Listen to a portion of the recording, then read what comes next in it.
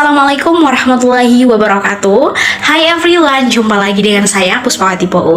Nah, di video pembelajaran minggu lalu saya sudah membahas klasifikasi media pembelajaran. Nah, di video kali ini saya akan membahas atau menjelaskan apa itu kriteria memilih media pembelajaran. Jadi teman-teman harus menyimak video pembelajarannya dengan baik-baik.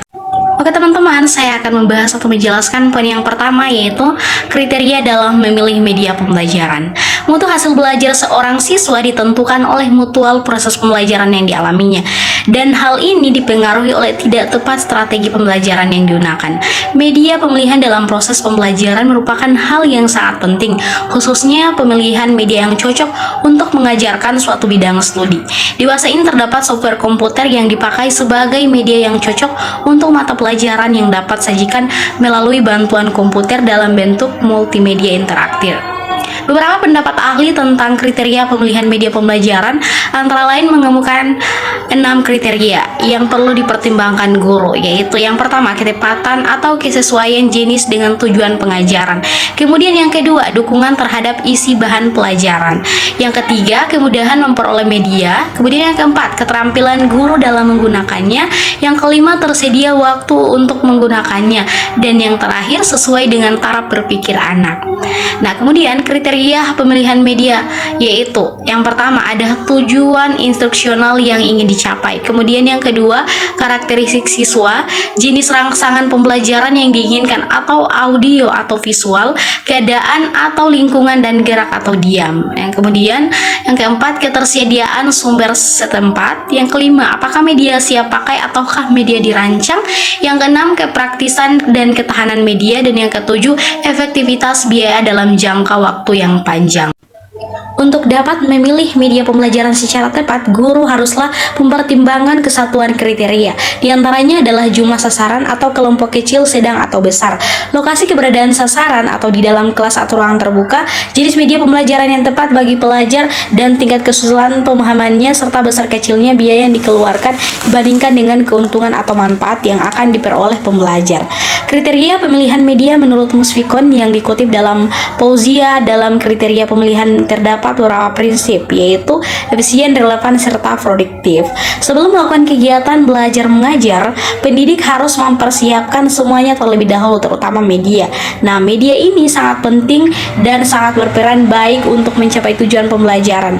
Dengan adanya media, peserta didik bisa lebih memahami suatu materi pembelajaran yang sulit untuk dinalar. Ketika pendidik membuat media, harus benar-benar menentukan media mana yang cocok untuk suatu materi agar bisa terlaksana pembelajaran yang efisien. Apabila pendidik memilih media yang salah, sangatlah berakibat fatal bagi peserta didiknya.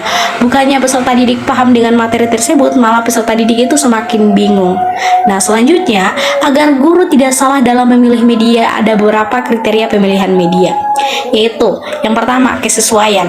Ketika memilih media harus disesuaikan dengan materinya. Seperti pendidik menginginkan peserta didiknya untuk menyalakan komputer, maka pendidik harus mempersiapkan media yang menunjukkan langkah-langkah untuk menyalakan komputer. Kemudian yang kedua, tingkat kesulitan media. Yang disediakan oleh sekolah hanya buku dan papan tulis.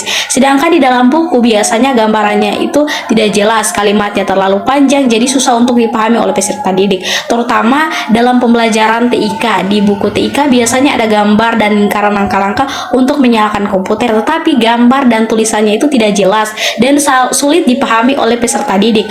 Maka guru harus memperjelas dengan medianya sendiri. Kemudian yang ketiga, biaya. Nah, dalam memilih media, biaya ini menjadi permasalahan utama. Jangan memilih media mahal tapi tidak bisa bermanfaat untuk peserta didik.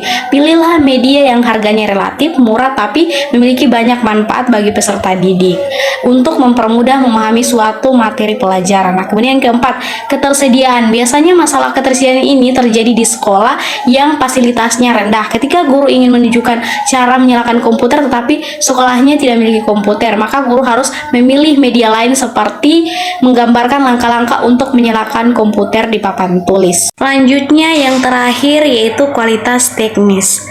Media yang sangat baik dan sangat bermanfaat ketika media itu memiliki kualitas teknis yang baik pula.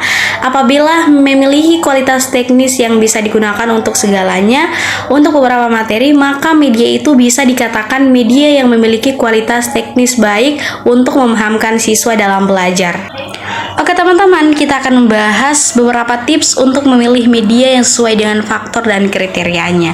Nah teman-teman, setelah kita mengetahui beberapa faktor dan kriteria dalam memilih media, maka muncullah sebuah tips untuk memilih media yang sesuai dengan faktor dan kriterianya. Yang pertama, sesuaikan jenis media dengan materi kurikulum. Seperti halnya yang sudah dijelaskan pada kriteria memilih media, pendidik itu harus menyesuaikan jenis media dengan materi pembelajarannya. Apabila medianya tidak sesuai dengan materi, maka kegiatan belajar mengajar tidak akan berjalan dengan baik. Akan tetapi ketika medianya sesuai, maka kegiatan belajar mengajarnya itu bisa berjalan dengan baik dan bisa mencapai tujuan awalnya. Nah, yang kedua, keterjangkauan dalam pembiayaan. Ketika pendidik tidak memiliki biaya yang cukup, maka pendidik ketika memilih media harus berkonsultasi dengan pendidik lainnya yang sudah berpengalaman dengan masalah pemilihan media yang cocok dan bermanfaat dalam kegiatan belajar mengajar. Selanjutnya yang ketiga, ketersediaan perangkat keras untuk pemanfaatan media pembelajaran. Nah, di setiap jenjang sekolah pasti ada pembelajaran komputer. Ketika ada pembelajaran komputer atau yang biasa dikenal dengan TIK atau Teknologi Informasi dan Komunikasi, tapi sekolah itu tidak memiliki fasilitas komputer buat peserta didik belajar, maka tidak ada manfaatnya pemilihan media pembelajaran tersebut. Jadi perangkat keras sangatlah bermanfaat untuk menyeimbangi media pembelajaran yang telah dirancang oleh pendidik sebelum melaksanakan kegiatan belajar mengajar. Yang keempat, ketersediaan media pembelajaran di pasaran. Ketika pendidik ingin membeli media pembelajaran yang dijual di pasaran, penuhi ketersediaan perangkat keras terlebih dahulu untuk memfasilitasi kelas guna membantu kegiatan belajar mengajar, karena media pembelajaran yang dijual di pasaran itu biasanya sulit untuk dipahami oleh peserta didik. Jadi harus ada pendamping media lain untuk memahamkan media yang dijual di pasaran tersebut.